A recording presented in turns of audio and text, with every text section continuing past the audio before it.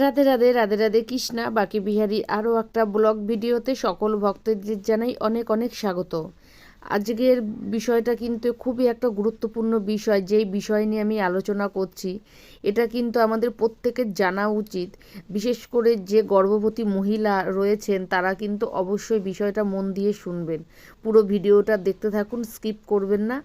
আর পুরো বিষয়টা কিন্তু আমি গোপাল সোনাদের সেবা পুজোর মাধ্যমেই কিন্তু আলোচনা করব। তবে পুরো বিষয়টা কিন্তু আমি শাস্ত্র মতেই কিন্তু আলোচনা করব। ভিডিওটা ভালো লাগলে লাইক, শেয়ার আর সাবস্ক্রাইব করে পাশে থাকবেন। আর ভিডিওটা দেখার জন্য আপনাদের পুরনো বন্ধু নতুন বন্ধুকে অনেক অনেক ধন্যবাদ। আমরা যদি খুব ভালো করে লক্ষ্য করি তাহলে দেখবেন প্রায় বাড়ির বাচ্চারাই না মায়েদের কথা শোনে না। মা যদি বলে এই কাজটা করবে না সে কিন্তু করবেই, যদি বলে এখানে যাবে না সে কিন্তু যাবেই। তাদের মধ্যে না একটা আলাদা জেদ থাকে। আর যদি কোনো জিনিস তাদের পছন্দ হয় যে এই জিনিসটা আমার লাগবে লাগবে তো লাগবেই, মানে সেটা সঙ্গে সঙ্গে তাদের কিনে নিতে হবে, নাহলে কান্নাকাটি ভাঙচুর করতে থাকবে। এই যে একটা জেদ, এই জেদটাই জানেন তো বড় হয়ে না একটা আলাদা রকম একটা মানে রূপ ধারণ করে। আবার খুব ছোটোবেলায় অনেক বাচ্চা আছে মোবাইল ছাড়া না তারা একদম চলতে পারে না। খেতে বসতে মোবাইল, শুতে মোবাইল, মানে সারাক্ষণ না তারা একদৃষ্টে মোবাইলের দিকে তাকিয়েই থাকে। এই জিনিসটা না বড় হয়ে তাদের একটা একাকিত্ব একটা জীবন ধারণ করে, যে মানে মোবাইলটা আছে, একাকিত্ব, একা চলবো, একা থাকবো, এই যে একটা ব্যাপার, একা খাবো, এই জিনিসগুলো না ধীরে ধীরে ধীরে ধীরে তাদের না একটা ডিপ্রেশনের মধ্যে চলে যায়। তখন তারা বাইরের পরিবেশের সঙ্গে না আর মিশতে পারে না। তবে এ থেকে বাঁচার কিন্তু 3টি উপায় আছে। গর্ভবতী মহিলারা যে কি কাজ করলে পরে যে আপনার বাচ্চা একটা সুসন্তান জন্ম দেবেন এবং আপনি একটা সুসন্তানের মা হবেন। তবে পুরো বিষয়টা আলোচনা করার আগে আমরা কিন্তু একটু বিষ্ণু পুরাণের দিকে যাব। বিষ্ণু পুরাণে গেলে পরে কিন্তু আমরা বিষ্ণু পরম ভক্ত প্রহ্লাদের কথা জানতে পারি। প্রহ্লাদ ছিলেন হিরণ্যকশ্যপের সন্তান, আর হিরণ্যকশ্যপ ছিলেন রাক্ষস কুলের সবচেয়ে বড় দৈত্যকুলের রাজা। তিনি যখন প্রতিহিংসার আগুনে দগ্ধ বিষ্ণুকে বধ করার মানে প্রতিহিংসায় তিনি জ্বলছেন যে কিভাবে বিষ্ণুকে বধ করা যায়, কিন্তু তার কাছে তো অত শক্তি নেই। তখন তিনি ভাবলেন আমি যদি ব্রহ্মদেবের তপস্যা করে ব্রহ্মদেবকে সন্তুষ্ট করে যদি বল লাভ করতে পারি তবেই আমি বিষ্ণুকে বধ করতে পারবো। তখন তিনি যাবেন বিষ্ণুকে বধ করার জন্য ব্রহ্মদেবের তপস্যায়, কিন্তু সেই অবস্থায় তার স্ত্রী ছিল গর্ভবতী। কিন্তু সে একটা দুশ্চিন্তাও ছিল যে তার স্ত্রীর যদি দেবতারা কোনো ক্ষতি করে দেয়, সে যদি রেখে যাওয়ার পরে কিছু হয় তখন তাকে কে রক্ষা করবে। তখন উপায় ভাবতে ভাবতে সে ভাবলো তাহলে নারদ মুনির আশ্রমে তাকে রেখে যাওয়া যাক। আর নারদ মুনি ছিল সবার প্রিয়, তার কারোর সঙ্গে শত্রুতা ছিল না। আর নারদ মুনি ছিলেন বিষ্ণুর পরম ভক্ত। তিনি প্রত্যেক কথায় হরি আর হরিগুণ গান ছাড়া সে আর কিছুই জানতো না। তখন তিনি নারদ মুনির আশ্রমে তার স্ত্রীকে রেখে যান। আর নারদ মুনির আশ্রমের প্রত্যেক কোনায় কোনায় কিন্তু হরি আর হরি, হরিনাম ছাড়া সেখানে কোনো কথা হবে না। হরিনামের প্রসাদ ছাড়া সে কোনো প্রসাদ গ্রহণ করবে না।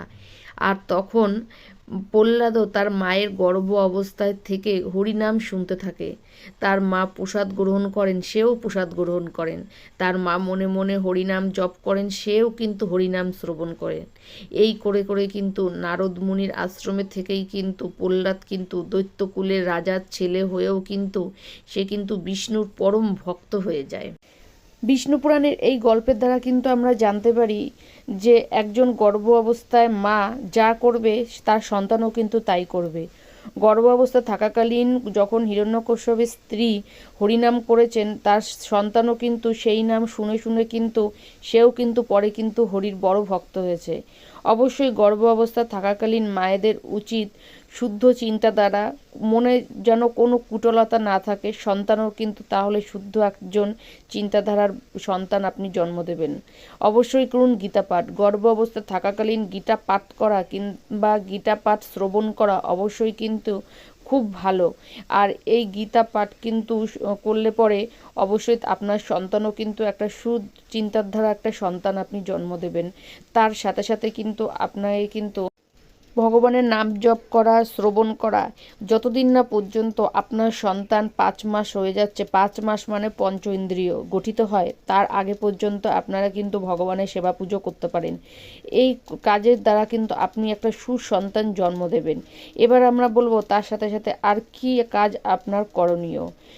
প্রত্যেক দিন সকালবেলা উঠে সূর্যকে জল দেওয়া এবং সূর্য প্রণাম করা, তার সাথে সাথে কিন্তু অবশ্যই মন্ত্র আপনারা উচ্চারণ করবেন সূর্যদেবের।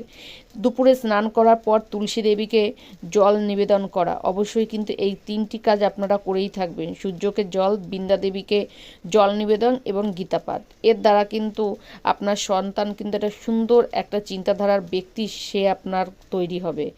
আপনার সন্তানের মনে কোনো কুটলতা কিন্তু থাকবে না। যখন আপনার সন্তান গর্ভ অবস্থায় 5 মাস হবে তখন কিন্তু আপনি, যেহেতু তখন ঠাকুরের কোনো কাজ করা যায় না, তখন আপনি ঘরে বসেই গীতা পাঠ করুন কিংবা গীতা শ্রবণ করুন। তখন কিন্তু আপনার সন্তান কিন্তু এই গীতা শ্রবণ করার সাথে সাথে কিন্তু সেও কিন্তু, যখন আপনি শুনবেন আপনার সন্তানও কিন্তু শুনবে। আর তখন কিন্তু তার মধ্যে একটা কিন্তু ভালো চিন্তার মানুষ, ভগবানের প্রতি, ঈশ্বরের প্রতি যে একটা যে সুচিন্তার ব্যক্তি সে হয়ে আসবে। আমরা প্রায় মায়েরাই কিন্তু একটা ডিপ্রেশনের মধ্যে থাকি যে আমার সন্তানকে এত বোঝানোর পরও সে কেন এত জেদ করে, কেন বোঝে না। গর্ভাবস্থায় থাকাকালীন আপনি এই কাজগুলো করুন। দেখুন আপনার সন্তানের মধ্যেও কিন্তু একটা সঠিক চিন্তাধারা কিন্তু থাকবে। সে যখন কোনো কাজ করবে সে আগে কিন্তু চিন্তা করবে যে এই কাজটা করার আগে কি আমার কাজটা করা উচিত না উচিত না। এই যে একটা সুচিন্তাধারা একটা সন্তান, সেটা কিন্তু আপনি জন্ম দিতে পারবেন। আর আপনাদের দেখবেন এর দ্বারা কিন্তু আপনারাও একটা নিশ্চিন্ত থাকবেন। একদিন দেখবেন যে এই সন্তানই আপনার একদিন গর্ভের কারণ হয়ে যাবে।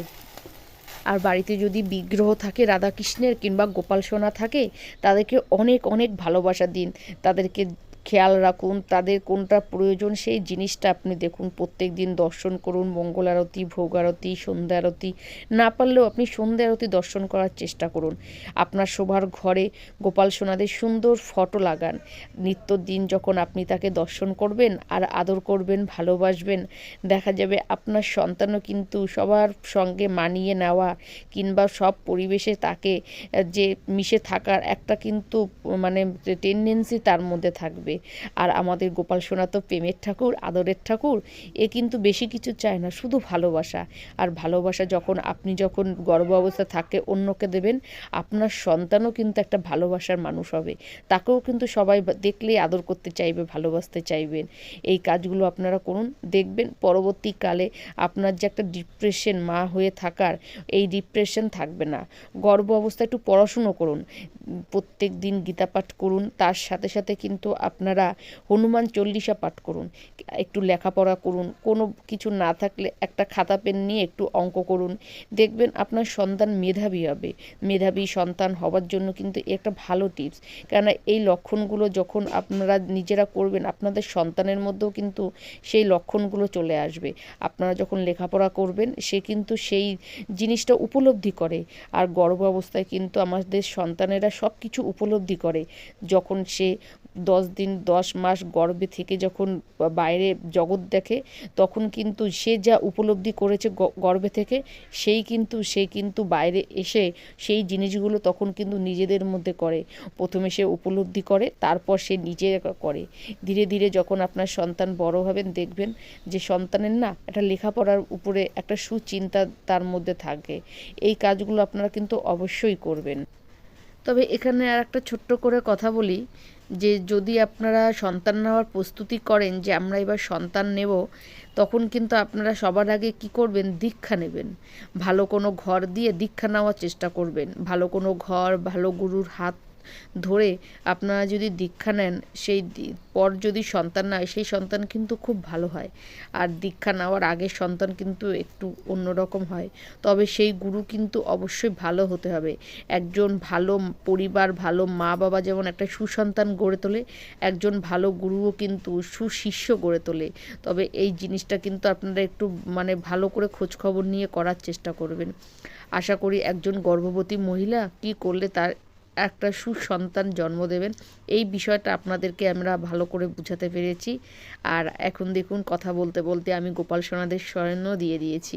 আজকে হলুদ রঙটা একটু বৈচিত্র্যময় হয়ে গেছে, কেন বালিশের রঙও হলুদ, গোপাল সোনাদের নাইট ড্রেসের রঙও হলুদ হয়ে গেছে। আর এর সাথে সাথে আমি আমার ব্লগটাও শেষ করে দেবো। আশা করব আজকের ব্লগটা আপনাদের ভালো লেগেছে। ভালো লাগলে অবশ্যই চ্যানেলটাকে লাইক, শেয়ার আর সাবস্ক্রাইব করবেন।